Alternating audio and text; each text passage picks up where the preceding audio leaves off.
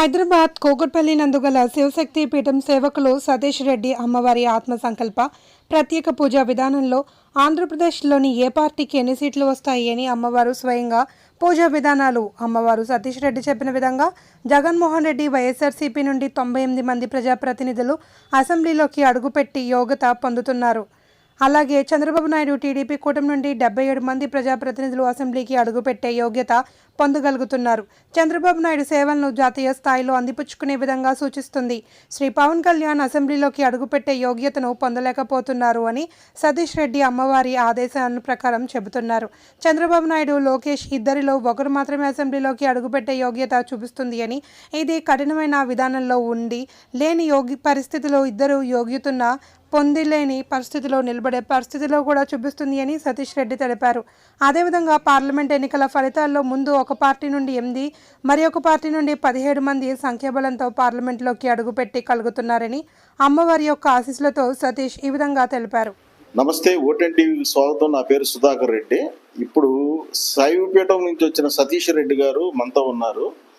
సతీష్ రెడ్డి గారు ఆంధ్రప్రదేశ్ పీఠాన్ని ఎవరో నెక్స్ట్ 2024లో ఆంధ్రప్రదేశ్ ముఖ్యమంత్రి పీఠాన్ని ఎవరు దాని మీద ఆశీస్సులు అవుతున్నారో వారి గురించి చెప్తారంటున్నారు. వారి మాటల్లోనే మనం అడిగి తెలుసుకుందాం. నమస్తే సతీష్ రెడ్డి గారు. నమస్తే స్వామి, ఓం నమ శివాయ. నేను శివశక్తి పీఠం హైదరాబాద్ నుంచి వచ్చాను.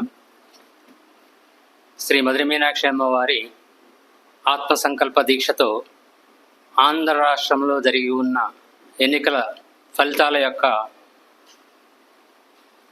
దాన్ని సరళిని మీనాక్షి అమ్మవారు సూచించిన విధంగా అందించే ప్రయత్నం చేస్తున్నాను. ఈ దినమున ఆంధ్రప్రదేశ్లో రాజ్యాధికారం అనేది శ్రీ జగన్మోహన్ రెడ్డి గారి యొక్క వైఎస్ఆర్సీపీ నుండి 98 సంఖ్యాబలంతో అసెంబ్లీలోకి అడుగుపెట్టు యోగ్యతను పొందగలుగుతున్నారన్నమాట. ఇక్కడ ఇదే సందర్భంలో టీడీపీ కూటమి నుండి 77 మంది సంఖ్యాబలంతో అసెంబ్లీలోకి అడుగుపెట్టే యోగ్యతను సూచిస్తుంది అమ్మవారు. ఇది అమ్మవారి సూచనగా మీ అందరి దృష్టికి నేను తీసుకొస్తున్నాను. ఇది 4వ తారీఖు మనము ఈ విషయాన్ని మనం పరిశీలన చేసుకొని అమ్మవారు ఇచ్చిన సందేశ సూచనని ప్రకారం ముందుకు ప్రభుత్వపరమైన విధంగా ఏ రకంగా ఉంటుంది ఏంటనేది 4వ తారీఖు మన ముందుకు వచ్చే ఫలితాల్లో ఇదే నిర్ణయం ఉంటుందనేది అమ్మవారు సూచించిన విషయం. నాకు అంటే సతీష్ రెడ్డి గారు, మీరు మామూలుగా సర్వే రూపంగా చెప్తున్నారా, లేకపోతే మీరు ఛానల్లో కూర్చుని అమ్మవారి యొక్క సంకల్పంతో ఈ విషయం చెప్తున్నారా జనాలకి? ఇది సర్వే లేదంటే మన ప్రముఖుల యొక్క, అది జగన్మోహన్ రెడ్డి గారు కావచ్చు, చంద్రబాబు నాయుడు గారు కావచ్చు, పవన్ కళ్యాణ్ కావచ్చు, జాతకరీత్యా కూడా కాదు. ఒక ప్రత్యేకమైన పూజా విధానంలో అమ్మవారి దీక్షలో అమ్మవారి యొక్క సంకల్పానికి నేను బద్ధుడినై కూర్చుంటే ఆ సమాధానం శ్రీ మాతా మహాచండీశ్వరి అమ్మవారు సందేశ రూపంలో ఇచ్చిన ఈ సంఖ్య అన్నమాట. ఎవరికి ఎలా నిర్దేశించబడి ఉంది ఆ ప్రజా తీర్పు అనేది, ఈ సంఖ్యాబలమే రేపు మన ముందుకు వస్తుందనేది అమ్మవారి విశ్వాసంగా వారి యొక్క సూచనగా ముందిస్తున్నాను. ఇందులో నేను ఎటువంటి లెక్క గణించలేదు, ఎటువంటి శాస్త్ర పరంగా నేను కూడింది కాదు. పూజా విధానంలో ప్రత్యేక తాంత్రికమైన విధానంలో, ప్రత్యేక పూజా విధానంలో మధుర మీనాక్షి అమ్మవారి యొక్క ఆత్మసంకల్ప బలాన్ని శ్రీ మాతా మహాచండీశ్వరి అమ్మవారు నిర్దేశించిన సంఖ్యాబలం. కేవలం ఇది దైవ సంకల్పం అంటారా? దైవ సంకల్ప రీతిగా వచ్చిన సిద్ధాంతంలో నుంచి వచ్చిన సంఖ్యాబలం. నేను దైవ సంకల్పంలో నిలబడి ఉన్నాను. అమ్మవారు నాకు ఒక దైవ సంకల్పంలో ఒక కార్యక్రమాన్ని నిర్ణయించి నడిపిస్తున్నారు.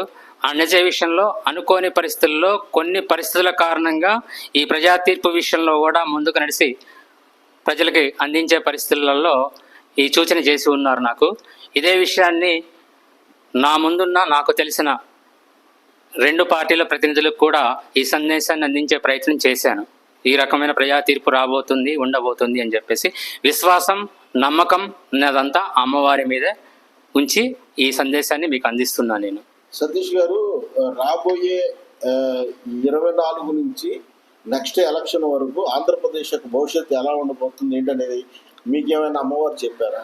ఈ విషయంలో వచ్చేసరికి రేపు ప్రజా తీర్పు వచ్చిన తర్వాత మండల కాలాల సంఖ్య అంటే 4 మండల కాలాల సమయం అంటే 6 నెలల కాలం ఆంధ్ర రాష్ట్రంలో పార్టీలకు అతీతంగా, పార్టీలకు సంబంధం లేకుండా ప్రజలందరూ జీవితకాలం గుర్తు పెట్టుకునేలా ఉంటుంది పరిణామ పరిస్థితి.